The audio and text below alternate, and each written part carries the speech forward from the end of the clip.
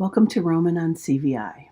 I'd like to continue the conversation around the CVI characteristic of visual novelty, but approach it from a little bit different angle. I want to talk about some of the behaviors that are not always attributed to this characteristic, but nonetheless important. First, I'd like to talk about about how often we see individuals with CVI really resist going to new places. They often become exhausted, really fatigued, sometimes irritable in places that are brand new.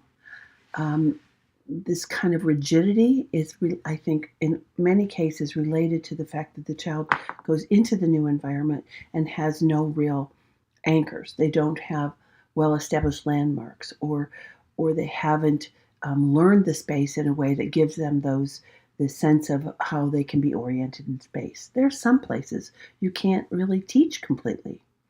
For example, if a child comes to pediatric view and we participate in an activity in the hallway, I often ask the child, "Can you show me how to get back to my office?" Now, there are about 2 total turns from the hallway back to my office where I evaluate children. And it's a novel space, and they're never going to have a need to learn it completely. But one might think that that little distance from with 1 or possibly 2 turns would be fairly simple, to find your way back. And almost no child with CVI can do it.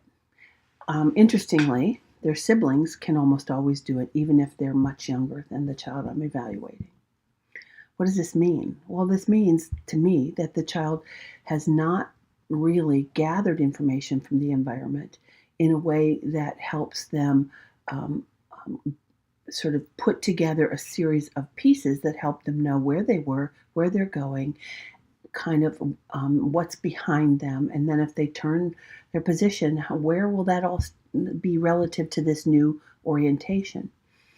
They have not incidentally gathered those pieces of information, such as, there's a big red door on my right when I go out. Even if those words don't come into their mind, they don't seem to pick up on it. Of course, the remediation for this is to teach it directly, is to ask that child to become active in their environment and to identify those salient pieces of information that confirm for them where they are and help them talk through how we're going to get back. What would we look for? If this was the last thing we saw before we got in the hall, what would be the first thing we would see on the way back? But for children with CVI, it can't just be any landmark. It has to be one that's also visually accessible to them based on their CVI range score. And that's a discussion for another time. But this reluctance is an interesting problem. Children in schools who don't want to go to assemblies, they just lose it. And so keep in mind that the thing that is novel that other children would look forward to, we're having a Valentine party, this will be really fun, is sometimes just too much novelty and too overwhelming for the child with CVI. And overwhelming because visually they have to work so hard to try to figure out where they are, what's the same, and what has changed. Excuse me. I also want to talk about the characteristic of novelty, relative to memory. So I think about an example of a family of 5 that took their children to Disney World.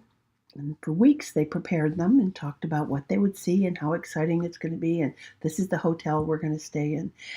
And when they came home, most of their children would just talk nonstop about this experience. But their child with CVI seemed to not really connect to it, didn't seem to even remember some of it, didn't talk about it very much. When we think about this characteristic again of novelty, it's really important to imagine how hard that would be for a child with CVI to have absolutely nothing look like something that they know.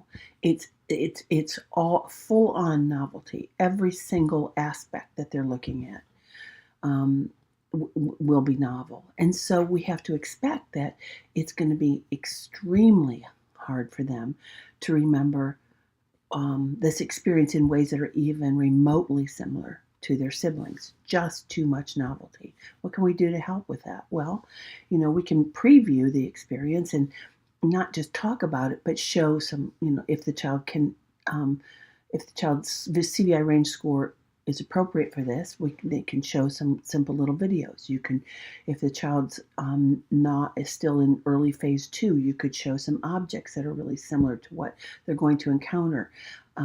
If maybe the greatest thing you want them to gain from this is that they get to see the parade in the evening, then show some video of the parade and the lights and the fireworks that will happen. Not only will it help the child sort of be prepared, but it should help really cement that experience a little more. Don't expect them to remember everything, and don't pick too many things, because I think it's really an expectation that's beyond reasonable. I think we can also, again, think about those key targets. If I'm taking a child into a new environment and they have CVI, I'm going to talk to them about looking for the part that's lighted. Oh, there's an exit sign at the end of this door.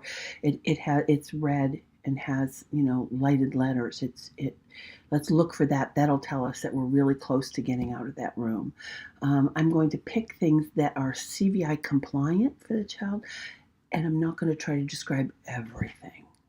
I would add information over time, but if it's a one and done experience, what I want to do is help this child have something to anchor themselves to, something to remember, and something to help them sort of feel somehow oriented in that space.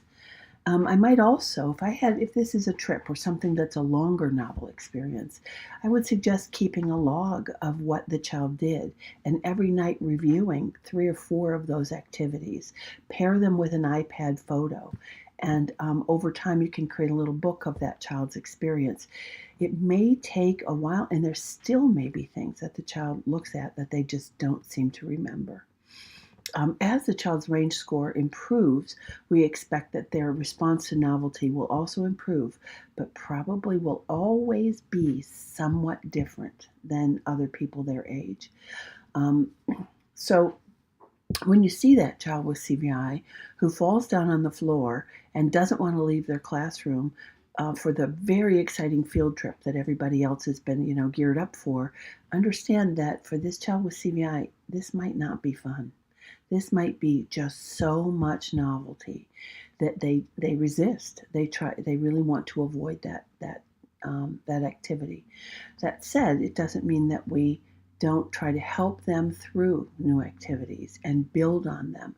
And by using comparative language, we can talk about how, we took the bus to the museum last time, we're taking the bus this time to the restaurant. It's just important to not treat every one of those novel experiences like there's nothing they haven't experienced before, but rather find those things that are common elements and build on those. I hope this has been helpful. We have not finished our conversation with novelty. Well, I'm sure we'll have many more. Thank you so much.